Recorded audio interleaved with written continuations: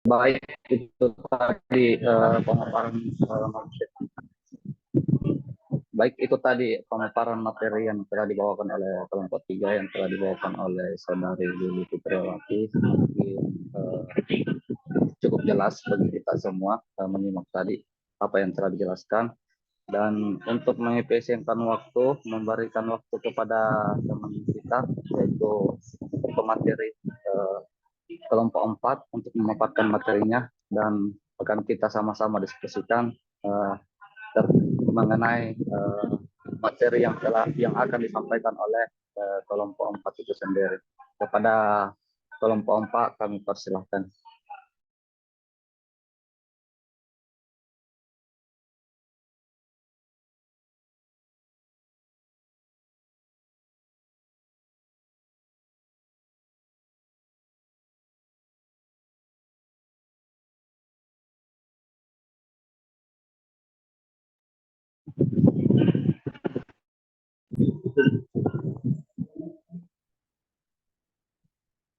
Kelompok 4, bagaimana kelompok 4? Oke, terima kasih atas kesempatannya.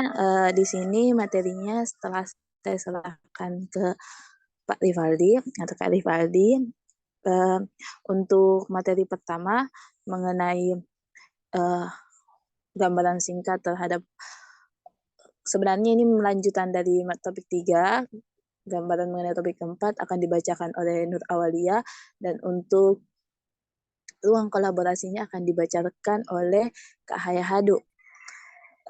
Masih menunggu Kak Rivaldi untuk menampilkan PPT, untuk menampilkan presentasenya.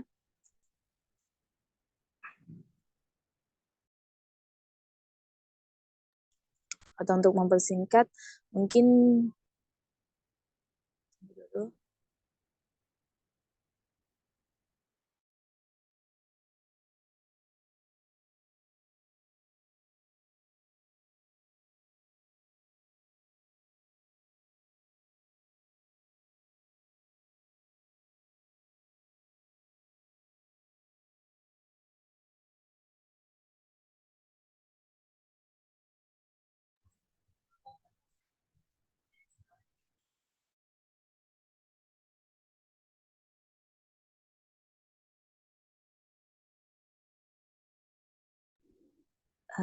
Presentasenya dulu Kak Rivaldi, yang PPT-nya.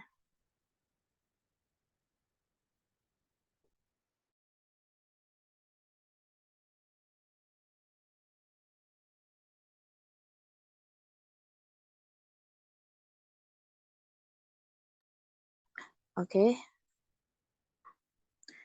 terima kasih. Untuk materi kelompok 4 sendiri, topik 4 mengenai experiential learning untuk pembelajaran emosional. Ini lanjutan dari topik 3 yang mengenai experiential learning. Adapun kelompok kami adalah Dedi Hardiansa, Nur Hayahadu, Fitiana Al-Sabah, Nur Fadila Mahmud atau saya sendiri, Nur Awalia, dan Ilmayanti. Dan untuk selanjutnya akan dibacakan oleh Nur Awalia. Saya kasih ke bawah. Baik, terima kasih atas kesempatan yang telah diberikan. Jadi di sini kelompok kami itu akan membahas terkait dengan pembelajaran experiential learning. Ini keberlanjutan dari pembahasan dari kelompok 3. Nah, jadi bagian yang pertama yaitu terkait dengan pembahasan yang kemarin, tentunya kita mengingat kembali topik yang sebelumnya telah dibahas, yaitu tentang experiential learning. Jadi, experiential learning itu suatu model proses belajar mengajar yang mengaktifkan pembelajaran untuk membangun pengetahuan dan keterampilan melalui pengalamannya secara langsung. Jadi kata kuncinya yaitu membangun pengetahuan dan keterampilan melalui pengalaman secara langsung. Jadi itu yang namanya sebagai experiential learning. Terus pada pembelajaran dengan model experiential learning, guru itu tentunya perlu memahami gaya belajar peserta didiknya. Dan memang kita tidak bisa memperhatikan satu persatu peserta didik, namun variasi dalam pemberian materi dan tugas yang disesuaikan dengan gaya belajar tentunya dapat memotivasi peserta didik. Jadi sebagai guru itu tentunya harus memiliki cara untuk mengetahui gaya belajar peserta didik. Apabila kita mengetahui gaya belajar peserta didik kita, maka kita tentunya sebagai guru akan dapat memberikan treatment yang sesuai dengan kebutuhan dari peserta didik tersebut. Nah, terus bagian dari pembelajaran experiential learning yaitu yang pertama divergen. Jadi divergen itu merupakan suatu kombinasi elemen pengalaman konkret dan observasi reflektif. Nah, jadi dalam situasi belajar formal, individu cenderung menikmati bekerja dalam kelompok yang mendapatkan umpan balik. Jadi individu ini cenderung terbuka terhadap saran dan umpan balik. Nah, terus gaya belajar yang kedua yaitu asimilasi. Nah, di gaya belajar ini merupakan kombinasi konseptualisasi abstrak dan observasi reflektif. Jadi dalam situasi belajar formal, individu ini cenderung suka membaca, melakukan analisis, dan melakukan mengeksplorasi ide. Terus yang ketiga yaitu konvergen. Konvergen merupakan kombinasi konseptualisasi abstrak dan eksperimen aktif. Jadi, dalam situasi belajar formal, individu dengan gaya ini cenderung melakukan simulasi dan mencoba penerapan praktis. Yang selanjutnya yaitu akomodasi. Jadi, akomodasi merupakan kombinasi pengalaman konkret dan eksperimentasi aktif. Dalam situasi belajar formal, individu cenderung menikmati bekerja dengan orang lain, menikmati kerja atau belajar di lapangan. Belajar atau learning style adalah cara individu memproses informasi baru. Jadi setiap cara belajar berbeda-beda yang dipengaruhi beberapa faktor seperti pengalaman belajar sebelumnya, lingkungan, dan preferensi pribadi. Dengan mengetahui ini, guru dapat menentukan cara yang efektif untuk mengajar peserta didik. Mungkin itu saja yang dapat kami sampaikan. Saya kembalikan ke moderator.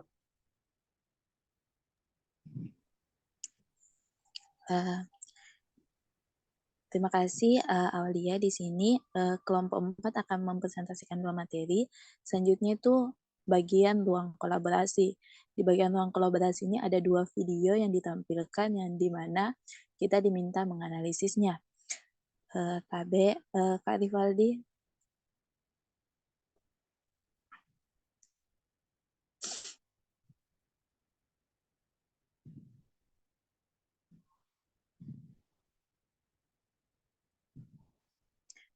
Kak ke bawah.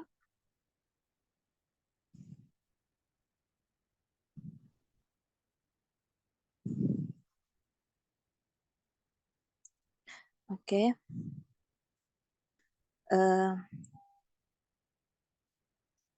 Di sini ada video yang diamati, yaitu ulasan film Haiki 2018. Ini film dari India.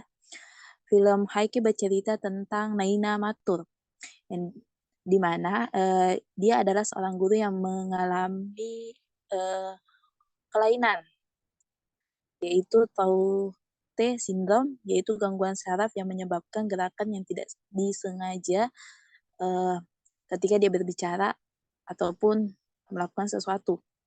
Nena memiliki impian menjadi seorang guru, tetapi terus menghadapi rintangan dalam mencari pekerjaan karena keterbatasannya tersebut.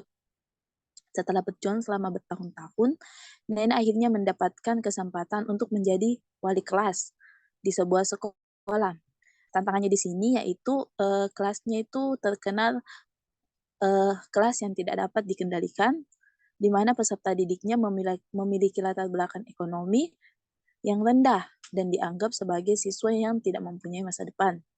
Namun, Naina memutuskan untuk tidak menyerah dan terus mencari cara untuk menghadapi tantangan yang dihadapi oleh peserta didiknya. Dengan pengalaman hidupnya dan cintanya terhadap pekerjaan, Naina menemukan cara dengan merangkul siswanya dan membantu mereka mencapai potensi yang sebenarnya. Bagaimana Naina berhasil merubah keadaan kelas tersebut dan menjadi inspirasi bagi peserta didiknya merupakan inti dari cerita film Haiki. Di sini ada pertanyaan. Berdasarkan film tersebut, bagaimana lingkungan dapat mempengaruhi individu? Jawabannya, berdasarkan film tersebut, lingkungan dapat mempengaruhi individu dengan cara yang besar. Peserta didik yang dibawa oleh guru tersebut memiliki latar belakang, seperti tadi mengatakan bahwa latar belakang ekonomi.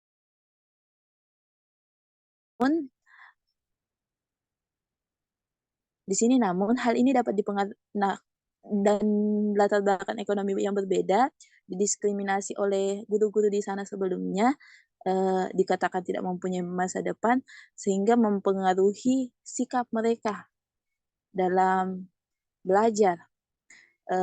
Di sini lingkungan yang membuat peserta didik nyaman, menyenangkan dan berpihak kepada peserta didik tentunya mempengaruhi peserta didik. Dalam film tersebut didapatkan pembelajaran bahwa dengan keteguhan yang dimiliki Naina mampu menciptakan lingkungan yang berpihak pada peserta didik. Tadi Kak, ke bawah lagi. Oke, menciptakan kelas yang menyenangkan, memotivasi, merangkul peserta didik, serta mampu mengubah kelas yang terkenal akan sisi buruknya, kemudian berubah menjadi kelas yang mau belajar, datang ke sekolah mau belajar, tidak terlambat lagi, tidak menjahili guru lagi, seperti itu. Yang kedua, bagaimana guru dengan keterbatasan dapat merangkul peserta didik? Seperti dikatakan dalam ulasannya sebelumnya bahwa Naina ini memiliki keterbatasan kelainan, di mana ketika dia berbicara tanpa diinginkan itu terjadi gerakan seperti gerakan-gerakan dari refleks dari tubuhnya seperti itu. Di sini Naina di sini dia mengajar mereka untuk menerima perbedaan, termasuk perbedaan di antara mereka sendiri, perbedaan antar diri mereka sendiri dengan orang lain. Selain itu, guru tersebut juga mengambil langkah-langkah kreatif, seperti pembelajaran di luar ruangan. Dalam video tersebut ada suatu Naina melakukan pembelajaran di luar ruangan yang sangat bagus untuk memotivasi peserta didik mereka merasa diterima, merasa nyaman dengan lingkungannya, seperti itu.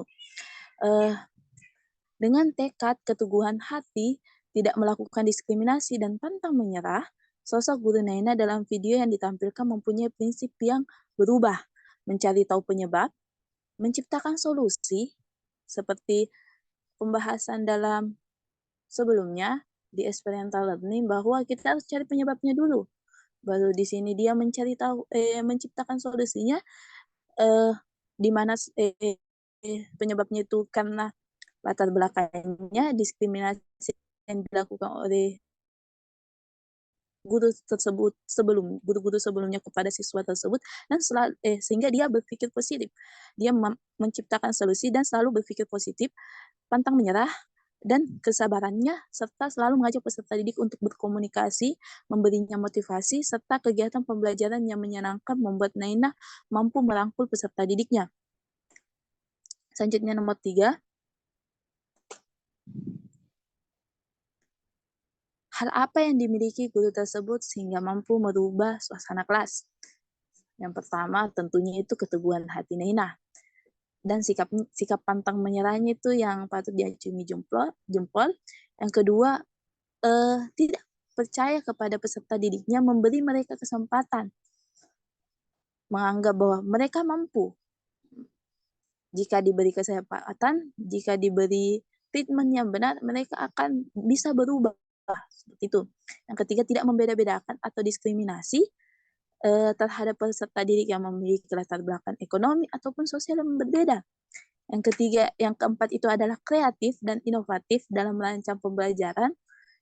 Dan yang kelima, pengelolaan diri dan kecerdasan emosi yang baik. Karena di filmnya sendiri, Naina itu dijahili oleh siswanya, tapi dia tidak membalasnya dengan teriak atau segala macam. Dia melanjutkan pembelajarannya sendiri. Seperti itu. Jadi Naina ini memiliki keterampilan pengelolaan diri, pengelolaan emosi yang sangat baik. Selanjutnya, Kak, Tabe. Selanjutnya nomor 4, apakah Anda bisa menjadi guru yang demikian? Nah, ini pertanyaan untuk kita semua. Di sini ya, dengan tekad untuk menciptakan pembelajaran yang berpihak pada peserta didik dan menyenangkan serta nyaman. Selain itu, saya harus belajar lebih banyak dan terus meningkatkan keterampilan saya dalam mengajar, merangkul peserta didik dengan berbagai latar belakang dan kemampuan yang berbeda-beda. Saya harus berusaha untuk memahami peserta didik dan lingkungan mereka, serta menemukan cara-cara kreatif untuk membantu mereka belajar dan merasa diterima. Oke, itu 2 materi dari kelompok, terima kasih sebelumnya. Itu 2 materi dari kelompok 4. Saya kembalikan kepada Kak Jusman, untuk saya kembalikan kepada Kak Jusman. Lagi tidak.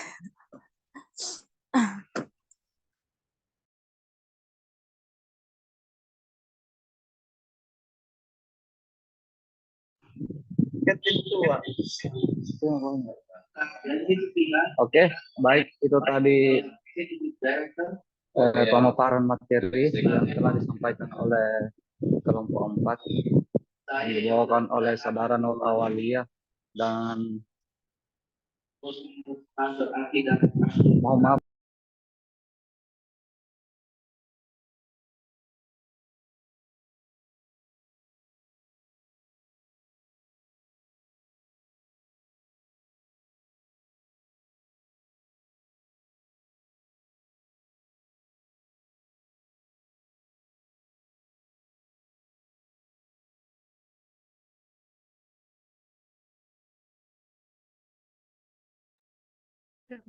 Kak.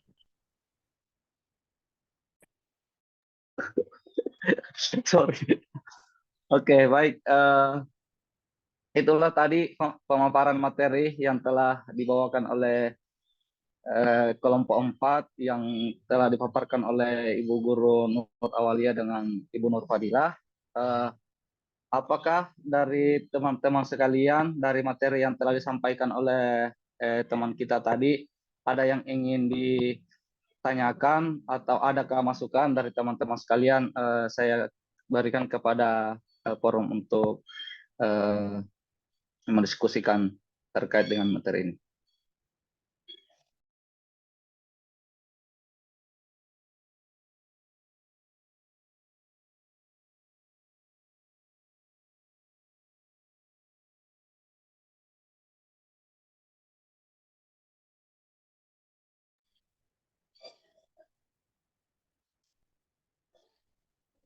Bagaimana dengan teman-teman?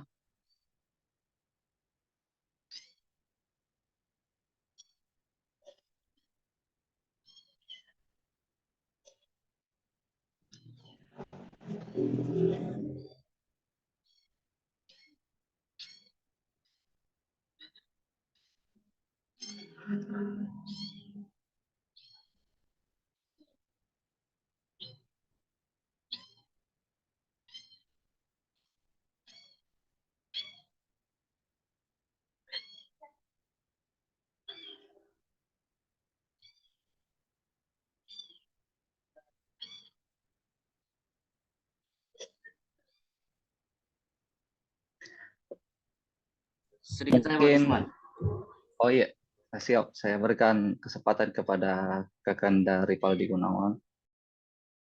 Ya, baik, terima kasih atas kesempatan yang telah diberikan kepada saya. Sebelumnya, Assalamualaikum warahmatullahi wabarakatuh. Waalaikumsalam warahmatullahi wabarakatuh. Dari penyajian materi dari kelompok 4, ya, dia mengangkat kisah dari sebuah film Hecia yang Simena guru yang memiliki sindrom, kemudian berhasil mengubah kelas yang berantakan menjadi kelas yang luar biasa. Namun di sini yang ingin saya tanyakan sih, di sini berbeda dari kisah kita, yaitu di kelompok 4 telah menyajikan 4 gaya belajar ya. Dari 4 gaya belajar ini, yang ingin saya tanyakan sebagai orang awam, ya, sebagai orang awam, sebagai calon guru, apakah keempat model gaya belajar ini itu bisa digunakan dalam satu waktu yang bersamaan? Kemudian, apakah di antara 4 gaya belajar yang telah dipaparkan oleh kelompok 4, yang manakah di antara 4 gaya belajar ini yang menurut kelompok 4 bisa lebih meningkatkan kualitas belajar siswa? Mungkin itu saja dari saya, Pak Isma. Saya kembalikan kepada moderator.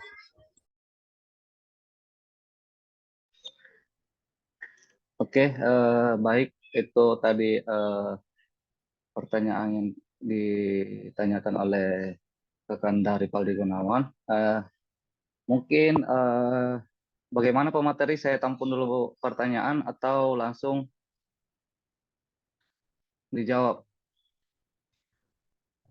Tampungi dulu. Oke. Kalau begitu kita berikan kepada teman-teman yang lain atau kelompok yang lain untuk bisa berpartisipasi dalam diskusi kita hari ini. Masih ada lagi kah?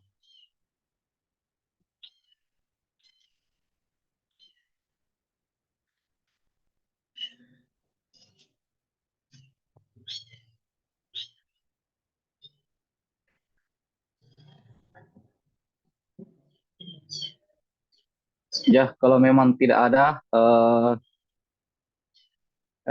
kita berikan kepada pemateri untuk menjawab pertanyaan dari rekan dari Paldi Gunawan.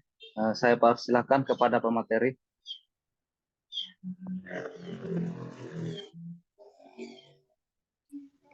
Itu Rivaldi Gunawan, Rivaldi Andika. Oh iya, salah Pak Den, maaf.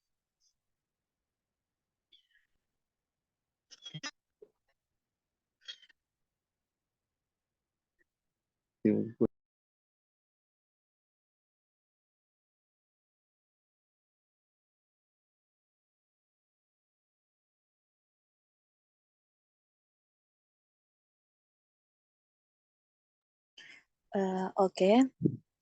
Di sini mungkin pertama-tama maaf sebelumnya, mungkin karena kurang persiapan dari kelompok kami sehingga ada beberapa yang tidak terlalu jelas dalam pemaparan kami.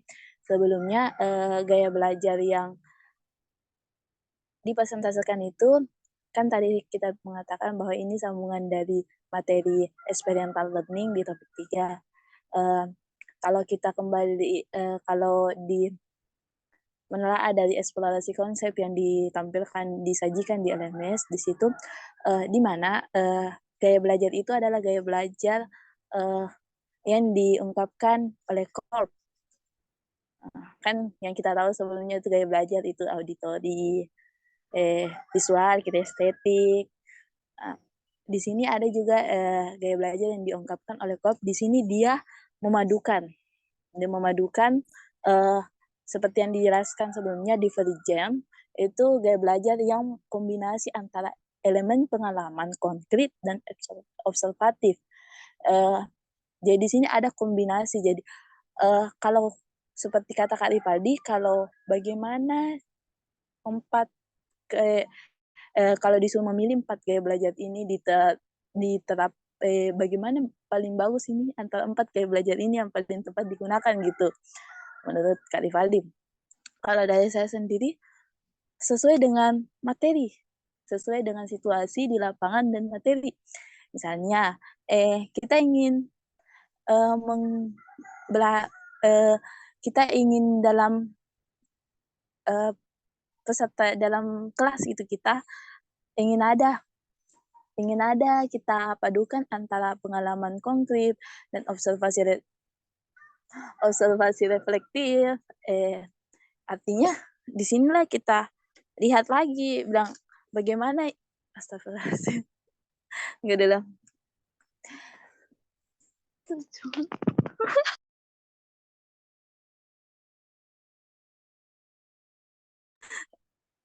ada intro tadi sebelumnya. Di sini kita lihat lagi apa materi yang ingin kita sajikan dan bagaimana situasi dalam kelas tersebut. Tidak mungkin kita ingin materi yang abstrak, materinya mengenai abstrak, kita fokusnya ke yang konkret begitu. Jadi kalau dari saya sendiri itu disesuaikan dengan materi.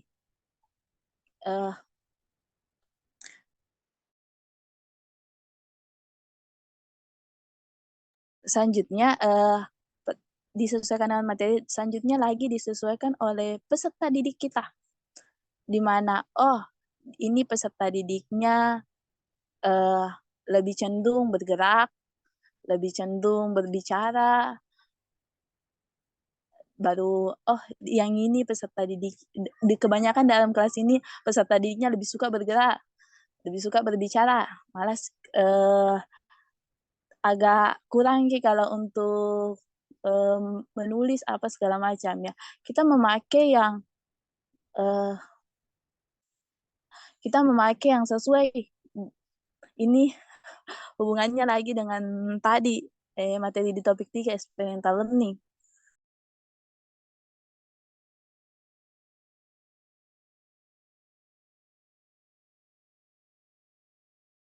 KB, saya serahkan kepada moderator. Ya, baik.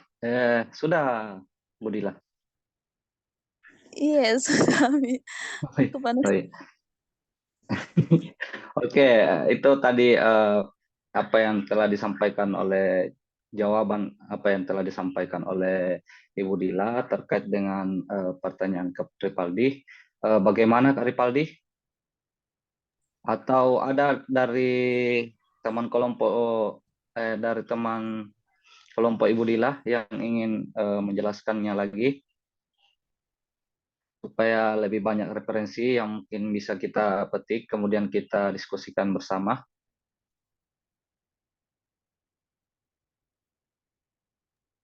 Kalau tidak ada, saya kembalikan kepada siapa itu tadi? Saya Kak mencoba. Siap. Oke. Baik, saya akan mencoba menjawab pertanyaan dari Kak Rivaldi, yaitu pertanyaan pertama. Dari 4 gaya belajar yang dipaparkan, manakah menurut kelompok 4 yang paling tepat digunakan? Nah, jadi berdasarkan dari pertanyaan dari Kak Rivaldi, saya akan mencoba menjawab sesuai dengan pemahaman saya. Jadi menurut saya, yang mana yang tepat digunakan itu tergantung betul dari yang dikatakan oleh Kak Dila tadi. Tergantung dari materi pelajaran. Apabila materi pembelajaran membutuhkan partisipasi peserta didik dengan bekerja kelompok, maka menggunakan gaya belajar yang sesuai dengan misalkan kerja kelompok. Terus pertanyaan yang kedua yaitu apakah keempat gaya belajar ini bisa digunakan dalam waktu yang bersamaan? Jadi setelah saya baca-baca ini terkait dengan gaya-gaya belajar ini, menurut pemahaman saya ini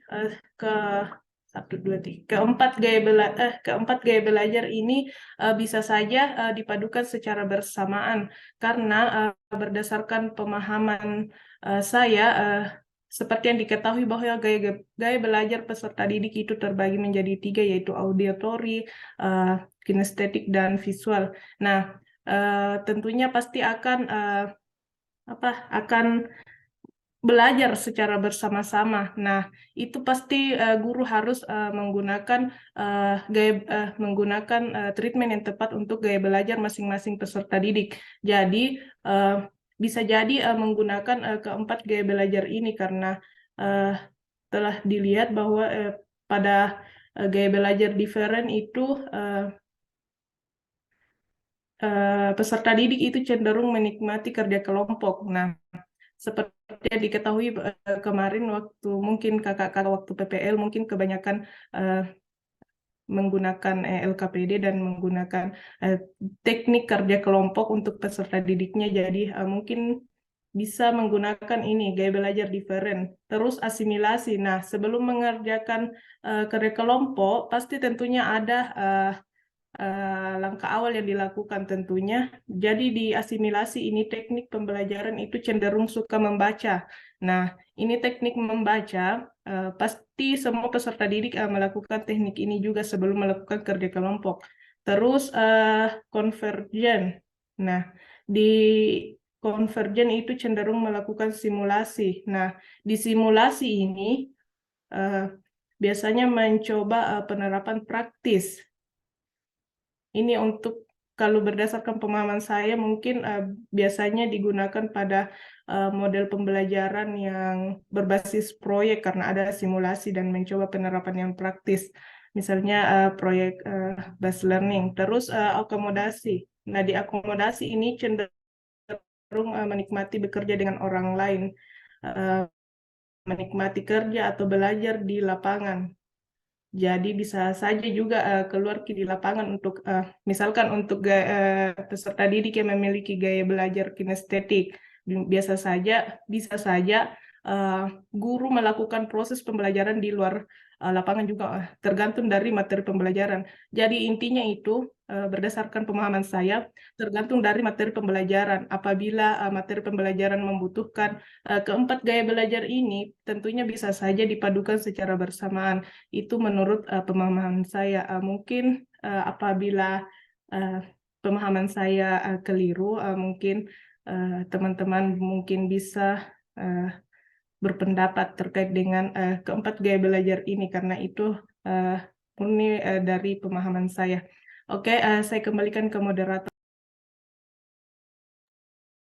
Oke, baik, itulah tadi jawaban dari kelompok 4. Bagaimana Kak Ripaldi?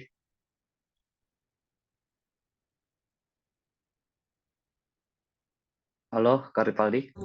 Ya, baik, terima kasih atas jawabannya yang sudah sangat jelas ya. Saya kembalikan lagi kepada moderator.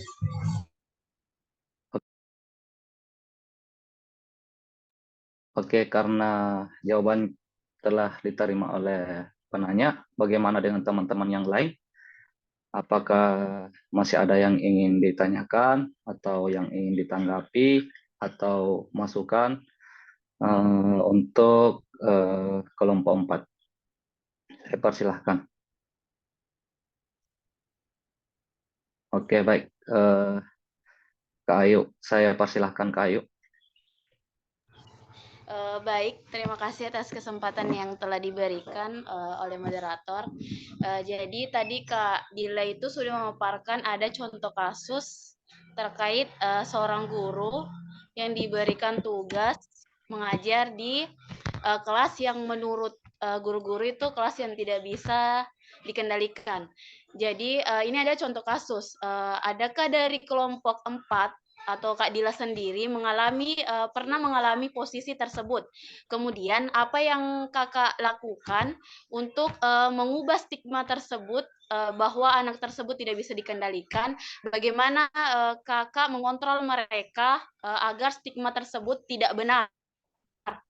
Kemudian apa kendala yang Kakak alami begitu? Terima kasih, saya kembalikan kepada moderator. Oke, baik. Ya, jadi ada pertanyaan dari Kak Ayu, yaitu tentang kepada kelompok 4, ya, tentang bagaimana contoh kasus yang telah disebutkan oleh terkait dengan kasus yang telah dipaparkan oleh pemateri, dan apakah pernah menemukan yang seperti itu. Bagaimana pemateri? Saya kembalikan kepada pemateri.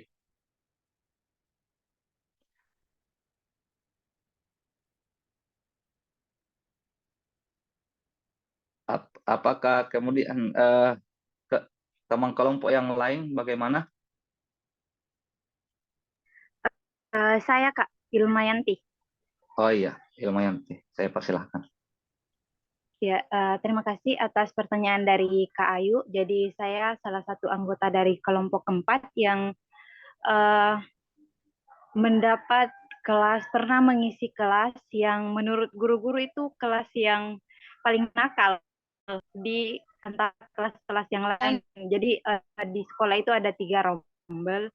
Kemudian yang kelas ini yang menurut mereka itu paling nakal di tingkatannya.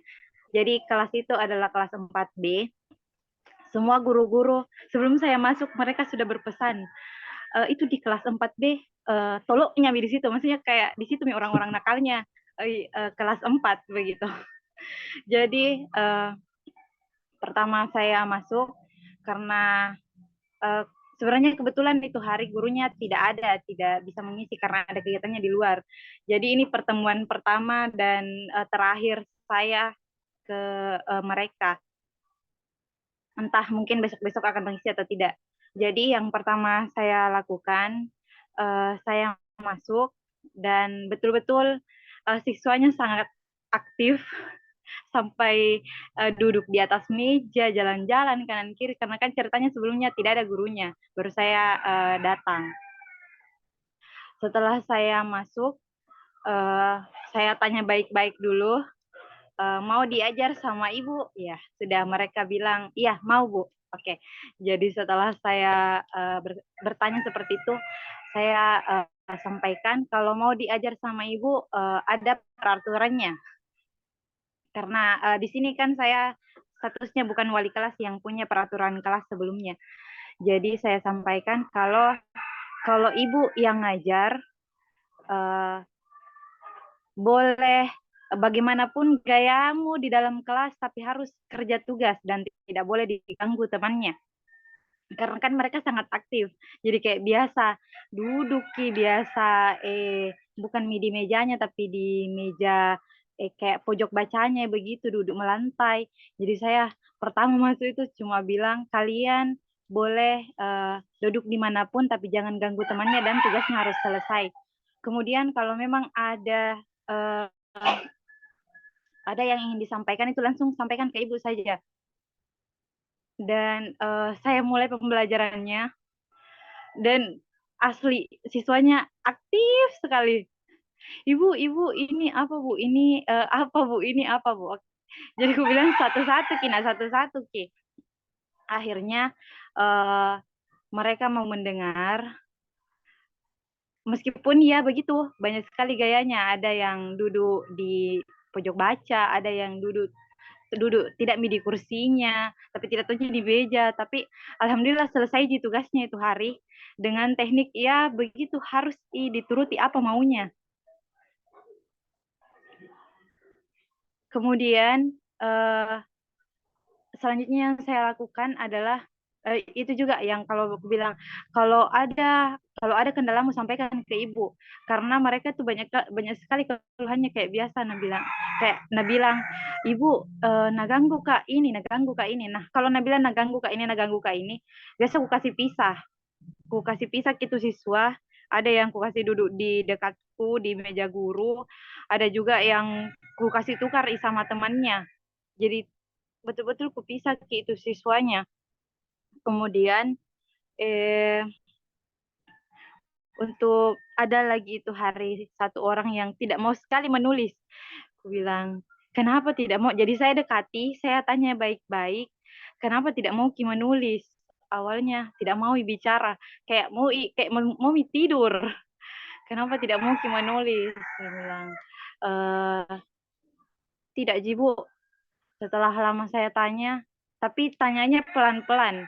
Jadi kayak tidak didesak juga itu siswa, tapi tidak ditinggalkan sampainya dia kayak mau berpendapat atau mengeluarkan apa yang mau disampaikan. Setelah beberapa kali saya tanya, akhirnya dia bilang, Ibu tidak ada pulpenku. Ya kan Ibu bilang tadi kalau ada keluhannya atau ada yang mau sampaikan saja ke Ibu. Jadi bilang tidak ada pulpen tak? Dia bilang iya Bu, tidak ada pulpenku. Sudah kan kalau tidak ada pulpen tak bisa Ki bicara sama ibu, bisa nanti pinjam sama temannya atau ibu yang pinjamkan. Kalau diam Ki saja tidak ditahu kenapa Ki. Akhirnya kutanya mi temannya, sebenarnya ada pulpenku, tapi karena mau keajar berbicara dengan temannya, kayak mau keajar bagaimana cara komunikasi dengan teman kelasnya, jadi saya bilang coba tanya temanmu, sempat ada yang 2 pulpennya, tidak mau tidak mau sekali, jadi saya yang tanyakan, ada yang pulpennya 2 atau lebih yang bisa dipinjam ke temannya. Suina bilang ada temannya itu, satu orang bilang saya Bu ada 3 Bu saya. Nah itu teman yang ya karena kita ini satu kelas pasti saling baku tahu maki, apalagi ini mau maki naik kelas lagi, mau maki lagi ujian, mau maki naik kelas, selama maki satu kelas baku tahu jam maki sama teman kelas tak, kalau ada kesusahan tak pasti mau jadi bantu, yang penting bilang Ki. Jadi intinya kalau menurut saya itu komunikasi yang sehat sih sama siswa, dan itu harus dipercaya kalau mereka juga bisa Ji. Jangan kita terpaku dengan perkataan orang yang bilang oh itu siswa itu kelas tolok Nabin Tommy di situ Bu, kayak itu dijadikan misalnya referensi supaya kayak oh menurut guru ini begini kini siswa, jadi harus kasih treatment yang kayak harus ekstra sabar dan kasih kayak ya treatment yang kayak komunikasi tak sama mereka itu baik. Itu juga selalu ku bilang tidak disuka jika kalau marah guru tak toh. Nah karena tidak disuka jika kalau selalu marah-marah, jadi didengarkan ki guru tak apa nak bilang, supaya kita bisa belajar dengan baik dan guru tak juga enak mengajar. Begitu saya, itu mungkin itu dari saya. Kalau ada tambahan dari teman-teman saya persilahkan.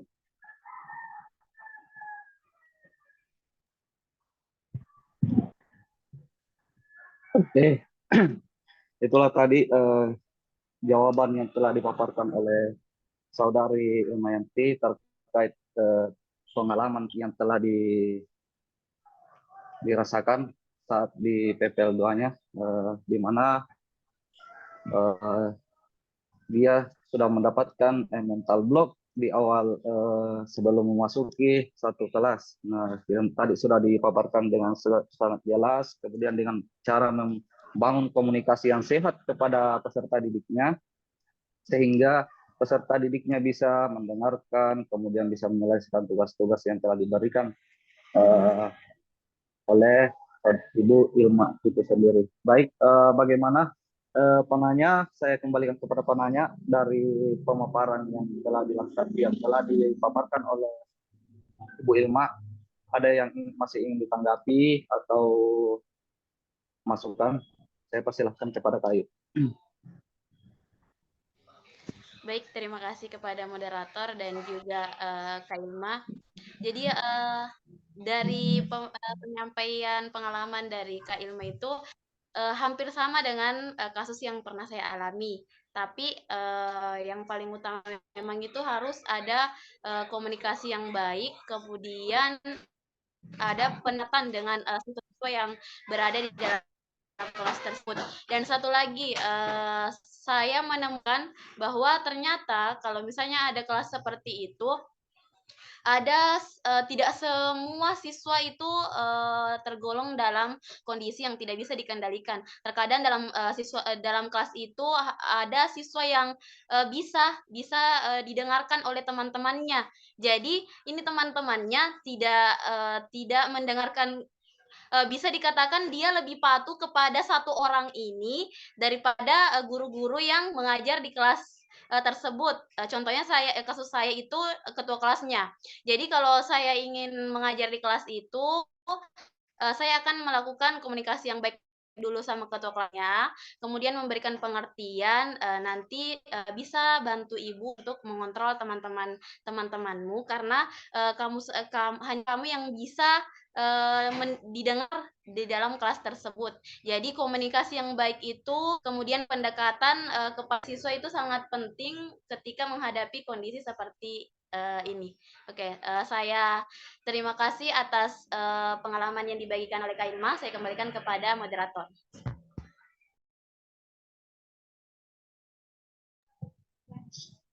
Oke, baik, karena jawabannya tadi sudah diterima dengan baik terkait dengan banyaknya pengalaman-pengalaman dari teman-teman sekalian. Mungkin teman-teman sekalian juga memiliki pengalaman. Oke, baik. Saya kembalikan kepada Bapak.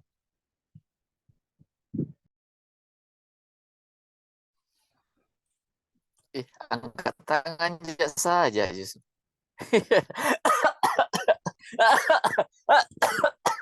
Oke, baik, terima kasih. Oke, waktu juga ya, jadi saya telah banyak mendengar dari awal sampai akhir. Dan yang pertama, saya ucapkan terima kasih pada Bang Moderator kita untuk hari ini yang yang begitu akomodatif, fasilitatif, mencoba memandu jalannya diskusi hari ini. Dan terima kasih yang kedua kepada kedua kelompok yang telah memaparkan topiknya. Oke, saya barangkali mulai dari kelompok 4 dulu, ya. Oke. Dan tolong saya dikonfirmasi. Tadi banyak bercerita tentang experiential learning-nya si Klop, ya. Oke. Nah, kalau tidak salah kita ini masih berfokus kepada pembelajaran emosional, ya, sosial emosional. Yang di bagian keempatnya itu, kalau saya tidak salah ingat, itu adalah relationship skill. Ya, ini tolong saya dikonfirmasi. Jadi yang di keempat, kalau frameworknya Castle untuk social emotional learning itu setelah responsible decision making itu adalah relationship skill kalau saya nggak salah. Ya, itu nanti ini untuk bagian untuk kelompok 4 untuk melihat kembali. Atau mungkin juga karena fokus kepada di LMS-nya yang kepada experiential. Tapi kalau saya akan kembali kepada pembagian yang lalu yang di dalam kerangka social emotional learning itu bagiannya kelompok itu kalau saya tidak salah masuk kepada relationship skill. Oke. Itu yang pertama, ya. Oke, enggak usah nanti dilihat lagi kembali. Oke. Nah, kemudian saya akan kembali ke kelompok 3 yang tentang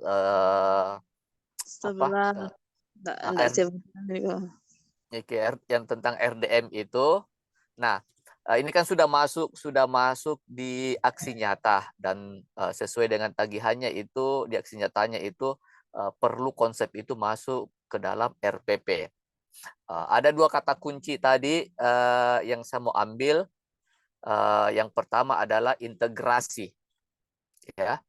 Jadi betul sekali bahwa ke semua elemen, saya akan mengulang terus ini, bahwa di semua elemen daripada social emotional learning ini kata kuncinya adalah sebenarnya integrasi. Dan kalau di aksi nyata memang saya sudah sampaikan bahwa untuk mengintegrasikan keempat konsep itu ada beberapa cara, ya. Jadi saya katakan dulu bisa masuk kepada materinya, bisa masuk kepada aktivitasnya, bisa masuk kepada pembiasaan, bisa masuk kepada pernak-pernik kelas, poster-poster kelas bisa. Dan kebetulan untuk aksi nyata ini karena dipersyaratkan masuk di RPP, yang saya lihat integrasinya masuk ke dalam langkah pembelajaran. Oke, no problem untuk itu, ya. Dan saya sepakat bahwa ada beberapa apakah namanya strategi, apakah namanya metode, apakah namanya model, ada beberapa hal tersebut yang berkesesuaian, ya, berkesesuaian dengan umpamanya untuk menyiapkan, atau bukan menyiapkan, ya, untuk menumbuhkan, kalau saya menumbuhkan keterampilan khusus. Jadi khusus untuk RDM itu umpamanya RDM itu tentang bagaimana anak-anak bisa mengambil keputusan yang bertanggung jawab dengan mempertimbangkan yang tempo hari saya katakan. Pertama, risikonya apa? Oke, sebab bisa melihat sebab akibat, kemudian bisa melihat konsekuensi dari perbuatannya. Oke, nah kalau umpamanya Anda mau di cooperative learning, maka setiap orang umpamanya akan diberikan tanggung jawab, oke, kemudian nanti bisa direfleksi setelah suatu kegiatan. Jadi dia tidak melekat di materinya sebenarnya, tidak melekat di materi, tapi diajarkan melalui aktivitasnya. Walaupun materi apapun, melalui aktivitas tersebut yang ingin ditumbuhkan adalah umpamanya keterampilan yang terkait dengan bagaimana anak-anak itu bisa mengambil atau membuat keputusan yang bertanggung jawab, bisa melihat apa sebab akibatnya, apa konsekuensinya jika tidak melakukan ini. Jadi umpamanya kalau kooperatif ya, umpamanya ada yang menjadi pemimpin, oke, yang ada menjadi moderator, ada menjadi penulis yang seperti yang biasa kita lakukan. Itu bisa dimulai dengan apa yang diperlukan, umpamanya sikap apa yang diperlukan sebagai seorang pemimpin diskusi, sebagai seorang moderator. Dan itu nanti kita refleksikan di akhir pembelajaran, apakah anak-anak, oke, anak-anak yang ditugaskan untuk itu bisa bertanggung jawab, ya, bisa bertanggung jawab. Itu yang saya lakukan, yang saya kata, yang saya mau sampaikan dan tekankan. Dan ingat ya, saya perlu mengingatkan bahwa di komponen itu mulai sampai dengan awareness nanti, sebenarnya yang perlu kita perhatikan adalah sebenarnya keterampilan apa yang terkait dengan ya hal tersebut. Kalau yang tadi RDM itu terkait dengan pengambilan keputusan bertanggung jawab, oke, anak-anak bisa melihat konsekuensi dari apa yang dilakukannya, oke, apa akibatnya jika tidak melakukan atau melanggar dan seterusnya itu. Nah, sedangkan sekarang masuk ke kelompok 4. Sedangkan kalau untuk relationship skill, apa komponennya? Keterampilan apa sebenarnya yang ditumbuhkan? Dan saya sangat senang tadi dengan contoh yang tadi diceritakan atau pengalaman yang diberikan oleh baik dari kelompok 4 dan dirasakan juga oleh penanggap sebenarnya. Dan ada kata komunikasi di situ. Nah, sebenarnya kalau menurut Anda, keterampilan relationship, apa bagusnya ya? Ada yang biasa berprotes kalau bilang keterampilan berhubungan. Relationship skill. Karena ya relationship ya berhubungan dengan orang lain. Jadi berhubungan dengan orang lain, ada kata yang paling utama, keterampilan yang paling utama yang dibutuhkan ketika kita dianggap bisa berhubungan dengan orang lain secara efektif adalah kata komunikasi tadi. Ya, kata komunikasi. Jadi komponen paling utama kalau saya coba, dan silakan dilihat rujukannya, relationship skill itu adalah kepada komponen bagaimana kita berkomunikasi. Itu yang paling pertama, karena komunikasi yang paling dirasakan, dan Anda bisa melihat tadi dari pengalamannya, ternyata oke, bagaimana gurunya berkomunikasi itu yang membuat kelas yang dianggap kelas jagoan, oke, itu bisa dikendalikan atau bisa dikelola dengan lebih baik. Kata komunikasi tadi. Kemudian apa? Bekerja sama. Tadi contoh yang tadi itu sebenarnya bisa masuk kepada 2 komponen dari social emotional learning. Bisa masuk ke RDM, kemudian bisa masuk kepada relationship skill. Ketika gurunya mengatakan, silahkan Anda duduk di mana saja yang disuka. Ya, maka ketika anak memilih di mana, maka di sini kita bisa mulai juga menumbuhkan. Anda sudah pilih di situ. Nah, kalau pilih duduk umpamanya dekat apalah, oke, apa manfaatnya untuk Anda? Apa kira-kira tantangannya ketika Anda duduk di situ? Ya, kedua adalah yang penting tugasnya selesai. Ini adalah target untuk bisa bertanggung jawab. Jadi sekarang anak-anak sudah diberi diberi ruang untuk mengambil keputusan. Silakan Anda duduk di mana saja. Ya, itu adalah kesempatan untuk bisa memberikan anak-anak mulai mempelajari bagaimana mengambil keputusan. Ya. Oke, itu bagus sekali yang tadi, saya sangat senang dengan yang tadi itu. Yang kedua, itu terkait dengan keterampilan relationship skill juga. Ya, contoh tadi umpamanya ada anak-anak yang ada anak-anak yang apa ya, dalam tanda kutip bermasalah, kemudian ditanya apa masalahnya, walaupun awalnya tidak mau, akhirnya akhirnya dia mengungkap bahwa saya tidak punya pensil atau pulpen.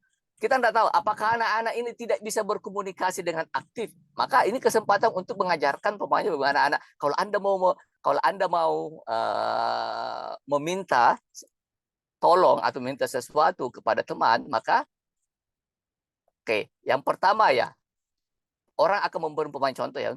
Orang akan memberi kita sesuatu yang kita inginkan kalau kita bisa memintanya dengan baik. Keterampilan berkomunikasi.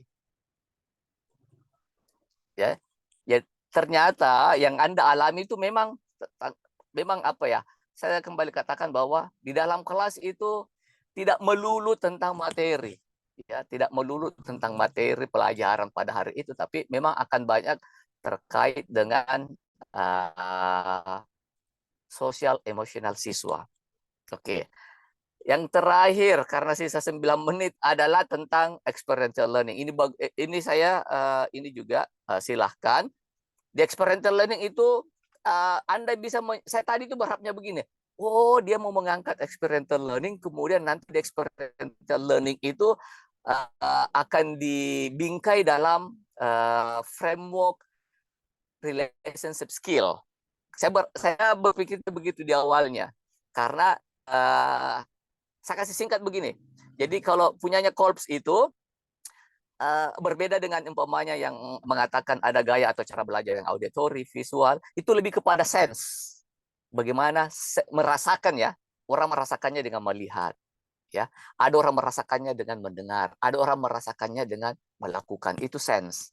Oke. Nah, sedangkan kalau punyanya Kolbs karena dia berdasarkan harus mengalami, harus mengalami, sehingga di sini sebenarnya prosesnya akan lebih terkait bukan kepada sense tetapi kepada kognitif. Ya, kognitif dan Jadi umpamanya ya. Jadi kalau orang yang accommodating sama converging, maka dia itu cenderungnya itu melakukan sesuatu.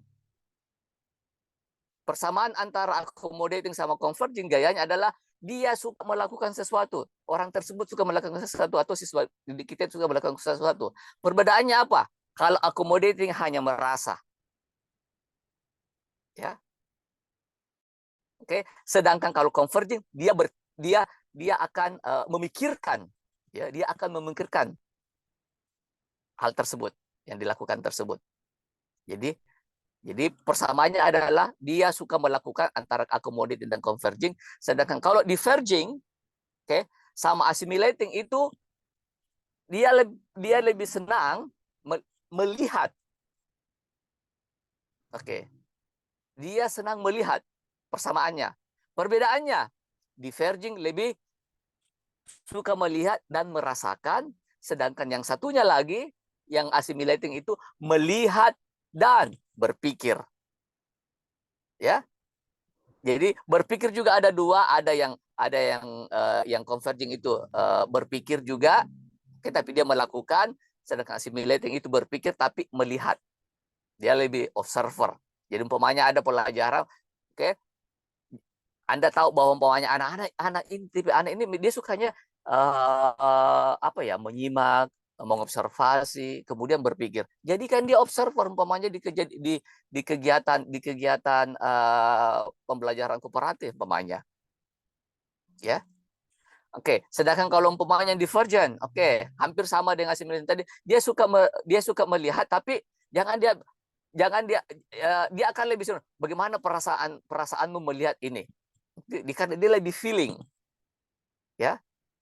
Nah, saya pikirnya sebenarnya model apapun itu bisa masuk kerangka social emotional learning ini.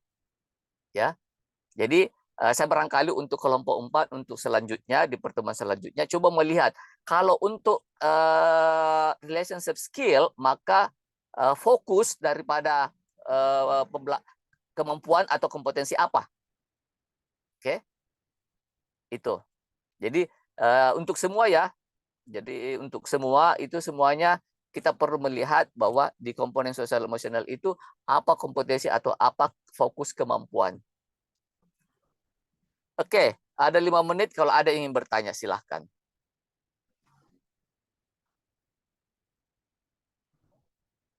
Nah, pertanyaannya tadi selalu pertanyaan kalau ada pertanyaan seperti ini, apakah ada yang paling baik? Jawabannya kalau kita di pendidikan tidak akan pernah ada yang paling baik.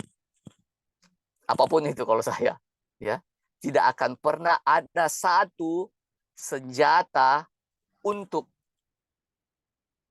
semua situasi, kondisi, kebutuhan, dan seterusnya. Jadi tidak mungkin pemanya Anda kemana-mana hanya dengan pemanya satu model pembelajaran atau untuk semua materi Anda pakai model pembelajaran, enggak. Ya, jadi itu kalau saya itu sudah nature-nya kita di pendidikan, ya, karena kita subjek kita itu bukan subjek mati, dia adalah subjek hidup. Oke.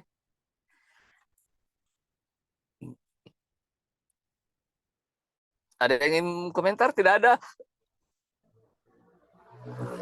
Kelompok 4 ya. Jadi untuk kelompok 4 itu saya titip coba nanti lihat kepada materi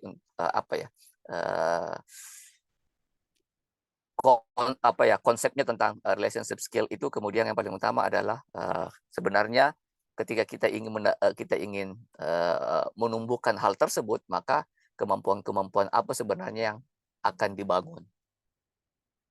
Ya. Dan yang terakhir, barangkali Anda masih ingat video yang pernah kita nonton bersama di ruangan yang dari Amerika itu Guru Rita yang mengatakan bahwa anak tidak akan pernah belajar dari ada yang masih ingat enggak? Dari guru yang ia tidak sukai, tidak senangi. Dari guru ya, dari guru yang dia tahu bahwa guru itu tidak senang sama dia. Jadi anak-anak itu sudah tahu perasaan. Oke, dia sudah tahu, oh ini guruku tidak suka, Kak. Jadi kalau sudah ada perasaan begitu, pasti anak-anak tidak akan belajar dari guru tersebut. Dan betul bahwa kita barangkali mungkin ketika mendengarkan sesuatu tentang anak-anak didik kita, kita tidak bisa serta-merta memiliki kita biasa namanya prejudice. Kita sudah kata, oh memang nakal memang gitu. Oh iya memang jago memang semua anak di sana. Oh memang di sana itu tidak bisa diatur. Oh memang. Jadi kita sudah punya prejudice, prasangka ya. Kita sudah memang prasangka dengan itu. Oke, saya rasa demikian. Kalau sudah waktunya saya mengucapkan goodbye. Bapak. Iya.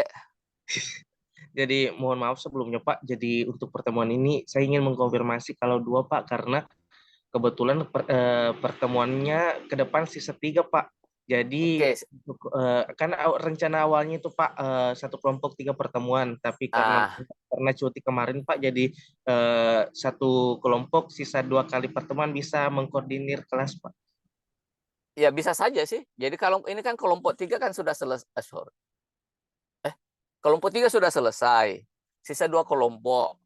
Jadi kelompok 4 sudah melakukan yang pertama. Ya, berarti sisa kalau mau dihitung sisa 5 dengan yang kelompok 5 yang 2 tambah 3 berarti 5. Nah, dipadatkan saja, boleh saja sih menjadi sisa 3 pertemuan ini dialokasikan untuk kelompok 4 dan kelompok 5 dipadatkan. Jadi kan selalu kalau yang awal itu kan pemaparannya kita ingin konsepnya. Ya, konsepnya dulu apa tentang hal tersebut. Oke. Kemudian yang kedua, setelah itu kita sudah mengeksplorasi kira-kira prakteknya seperti apa. Ya, setelah itu pertemuan ketiga itu adalah praktek itu kita dari sekian praktek itu coba kita jadikan aksi nyata yang mana yang mau diambil dimasukkan umpamanya di RPP itu kan seperti itu konsepnya yang saya bagi itu hari. Jadi pertemuan pertama selalu konsep, kemudian kita mengeksplorasi praktek-praktek yang berkaitan dengan konsep tersebut, dan kemudian memasukkannya, ya, memilih, terserah mau satu atau mau beberapa dimasukkan, silahkan ke dalam aksi nyata. No problem, oke? Ya, begitu ketua kelasku. Ya. Oke, ada lagi yang lain? No, oke, kalau tidak ada, terima kasih. Saya ingin menitipkan apapun yang kita sharing, apapun kita diskusikan, oke, itu hal-hal tersebut itu bisa kita bawa ke dalam kelas kita melalui praktek-praktek kita, ya. Kita sudah kita bisa masukkan ke dalam praktek-praktek kita. Ataupun umpamanya terbalik, ada praktek-praktek atau kejadian, ya, ada kejadian-kejadian ditemukan di sekolah, di kelas, Anda bisa, oh kayaknya ini terkait dengan ini, terkait dengan ini. Oh, nggak pernah kita membahas, oh prakteknya kalau yang bisa kita, salah satu opsi yang bisa dilakukan adalah ini. Oke, silakan. Jadi itu tujuannya daripada sharing seperti ini, ya. Oke, terima kasih calon-calon guru hebatku, oke, yang terus berproses menjadi guru-guru yang lebih keren lagi. Terima kasih sekali lagi, dan kita akan berjumpa di pertemuan selanjutnya. Tetap sehat dan semangat, ya. Oke. Sudah hampir sampai di finish ini untuk kalian, ya. Oke. Baik, Assalamualaikum warahmatullahi wabarakatuh, dan selamat sore. Waalaikumsalam warahmatullahi wabarakatuh. Ini kok kesinggatin tadi, padahal bukan dari situ.